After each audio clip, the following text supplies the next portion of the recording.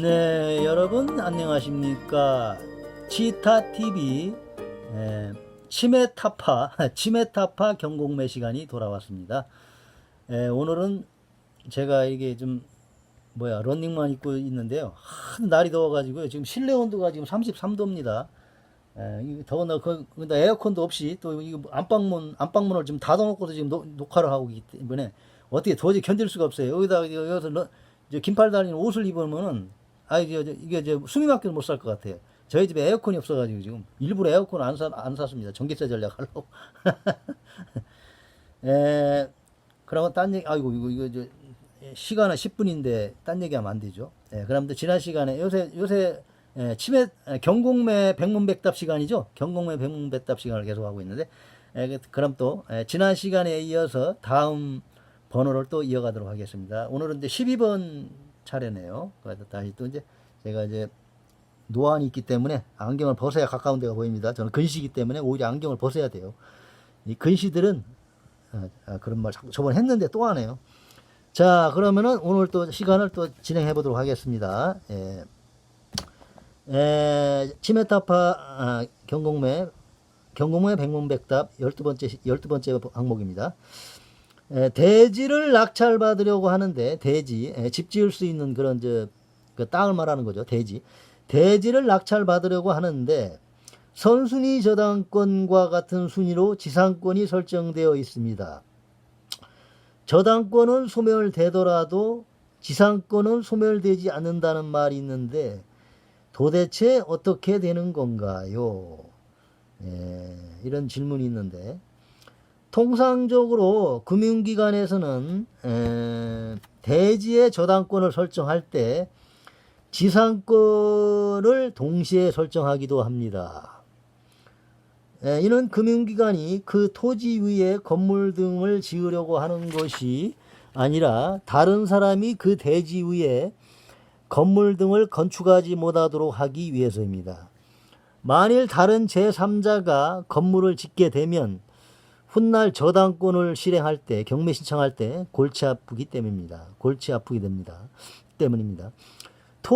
토지상의 저당권과 지상권이 동시에 설정된 경우 경매의 진행으로 저당권이 소멸됨과 동시에 지상권도 소멸되므로 안심하고 입찰하셔도 됩니다.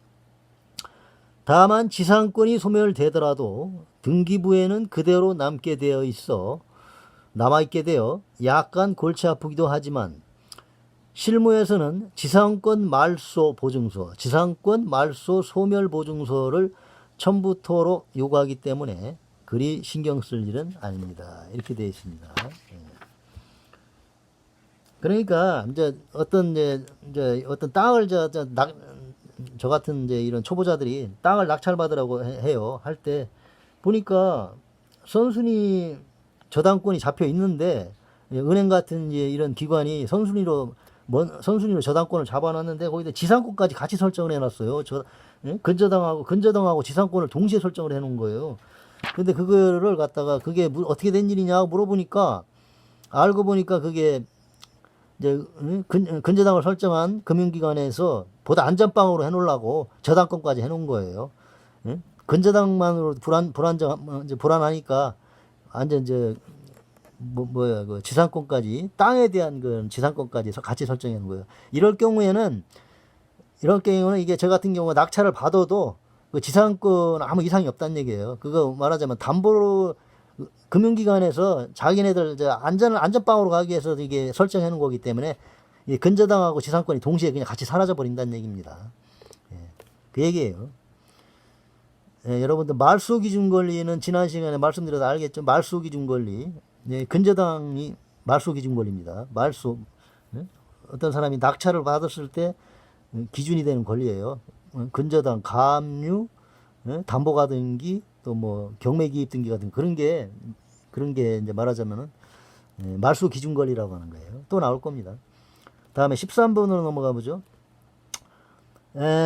후순위 소액 임차인이 배당 요구를 신청하였다가 배당 요구를 취소하면 어떻게 되는지요? 혹시 소액 보증금을 낙찰자가 인수해야 하는 것은 아닌지요? 이런 질문이 있는데 이에 대한 대답을 한번 보죠. 현행 민사집행법에서는 배당 요구 종기일 전에 배당 요구를 하게 되면 배당 요구 종기일 이후에 배당 요구를 취하할 수 없습니다. 만일 배당 요구 취하가 받아들여진다고 해도 이는 낙찰자에게 대항할 수 없습니다. 따라서 입찰에 응하셔도 아무런 부담이 없습니다. 이것도 뭐 입찰자가 그냥 응찰해서 낙찰을 받아도 상관없다는 얘기예요. 후순위, 그러니까 선순위 이제 근저당을 잡아놓은 은행이 근저당을 먼저 잡아놓은 선순위잖아요. 그 뒤에 이제 그 은행보다 뒤에 후순위로 이제 소액임차인이 들어와서 이제 살고 있었는데, 나 이제 이게 집이 이제 경매로 넘어가가지고, 그럴 때 이제 후순위 소액임차인이 배당 요구를 신청하였다가 나중에 이제 배당 요구를 취소했어요. 다시 변덕을 부려가지고. 그럴 때 어떻게 되냐? 그럴 때 후순위 임차인의 소액임차인의 소액보증금을 낙찰자가 인수해야 되느냐? 그걸 물어본 건데, 그럴 때는 배당 요구를 취하할 수도 없을 뿐더러 설사 그걸 받아들여진다고 해도 낙찰자한테는 아무런 영향이 없다는 겁니다. 후순위이기 때문에. 은행보다 후순위니까 말소 기준 권리보다 뒤에 설정해놓은 그 임차 권리이기 때문에 무조건 사라진다는 거예요. 이렇게 아시면 돼요. 이 말소 기준 권리, 가압류, 근저당, 가압류, 압류, 근저당, 저당, 담보가등기, 그리고 경매기입 등기를 이게 말소 기준 권리라고 하는데, 이런 권리들보다 뒤에 설정된 권리들, 말하자면 임차권, 전세 들어온 사람들, 임차권, 이런 것들은 무조건 말소가 된다는 거예요. 뭐 낙찰자가 신경 쓸 게 없다는 거예요. 뒤에 이렇게 들어온 사람들은. 근데 먼저 들어오는 건, 그럼 말소 기준 권리보다 먼저 들어와서 설정한 사람들한테는 위험하죠. 낙찰자가 돈을 물어줄 수도 있으니까.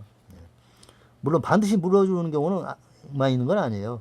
만일의 경우 선순위 임차인이 배당 요구 신청을 했어요. 그러면은 배당금에서 받아가면 이제 낙찰자가 안 물어줘도 되는 건데, 배당 요구 선순위 임차인이 배당 요구를 신청을 안 했을 때는 당연히 낙찰자가 그 돈을 물어줘야 되는 거죠. 그런 상황을 딱 보고서 이렇게 해야 되는 게 되죠. 다음 이제 14번으로 또 넘어가 보도록 하죠. 현재 공장에서 근무하고 있는 직원입니다.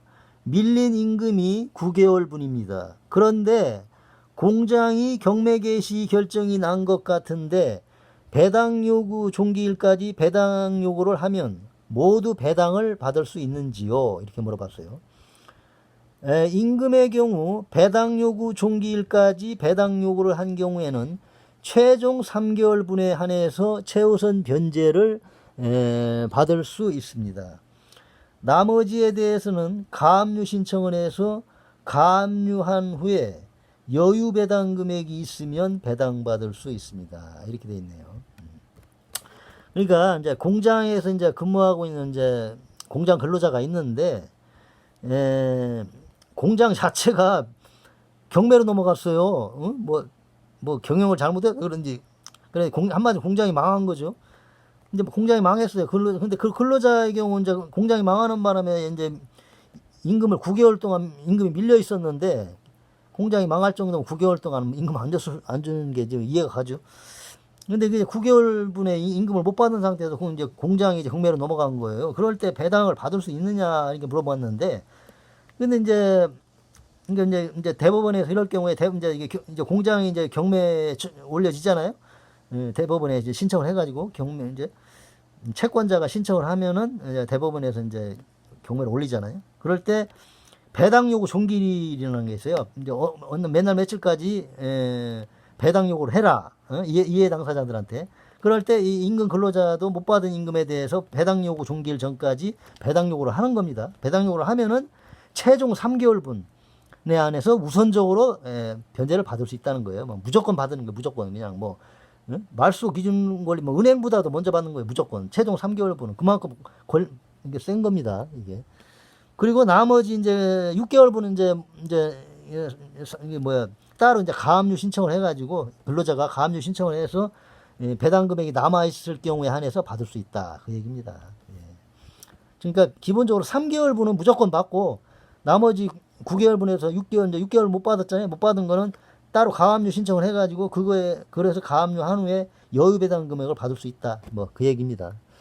네, 오늘도 또 10분이 지나가네요. 예, 그러면 또 다음 시간에 또 경국매 백문백답 시간을 계속 이어가도록 하겠습니다. 무더운 날씨 늘 건강 유의하세요. 감사합니다. 네.